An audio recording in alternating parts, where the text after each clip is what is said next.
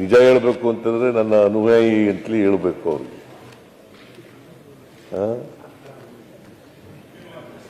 ಅಭಿಮಾನಿ, ನೀವು ನಿಮ್ಮ ಭಾಷೆನೇ ಉಪಯೋಗಿಸೋಣ. ಅಭಿಮಾನಿಯಾಗಿದ್ದರು. ಕೊನೆಯವರೆಗೂ ಕೂಡ ನಾನು ಜನತಾ ಪಾರ್ಟಿ, ಜನತಾದಳ, ಕಾಂಗ್ರೆಸ್ನಲ್ಲಿದ್ದಾಗಲೂ ಕೂಡ ನನ್ನ ಜೊತೆಲೇ ಇದ್ದರು.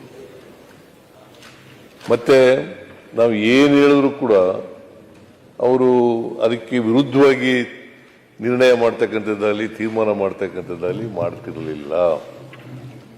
ಅಷ್ಟರ ಮಟ್ಟಿಗೆ ಲಾಯಲ್ ಆಗಿದ್ರು ಅಂತಕ್ಕಂಥ ಮಾತುಗಳನ್ನು ಹೇಳಲಿಕ್ಕೆ ಬಯಸ್ತಾ ಇದ್ದೇನೆ. ಇವರಿಗೆ ಪಾಪ ಅಷ್ಟೊಂದು ಹಿಂದಿ ಬರ್ತಾ ಇರಲಿಲ್ಲ. ನಾನು ನಿಂತ್ಕೊಳ್ಳಿ ಭೇಟಿಯವರೇ, ನೀವು ನಿಂತ್ಕೊಳ್ಳಿ, ನೀವೇ ಗೆಲ್ಲೋದು ಅಂತ ಸರ್ವೆನಲ್ಲಿದೆ, ನಿಂತ್ಕೊಳ್ಳಿ ಅಂತ ಹೇಳಿದ ತಕ್ಷಣವೇ 96ರಲ್ಲಿ ಮರು ಮಾತಾಡದೇನೆ ಪಾರ್ಲಿಮೆಂಟ್ ಚುನಾವಣೆಗೆ ನಿಂತು.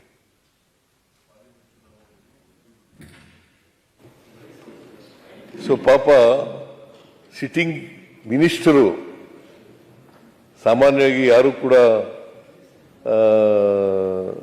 ಸಿಟ್ಟಿಂಗ್ ಮಿನಿಸ್ಟರ್ ಆಗಿ ಪಾರ್ಲಿಮೆಂಟ್ಗೆ ಹೋಗಿ ನಿಂತ್ಕೊಳ್ತಕ್ಕಂಥ ಸಾಹಸದ ಪ್ರವೃತ್ತಿಯನ್ನು ಪ್ರದರ್ಶನ ಮಾಡಕ್ಕೆ ಹೋಗ್ತಿರ್ಲಿಲ್ಲ.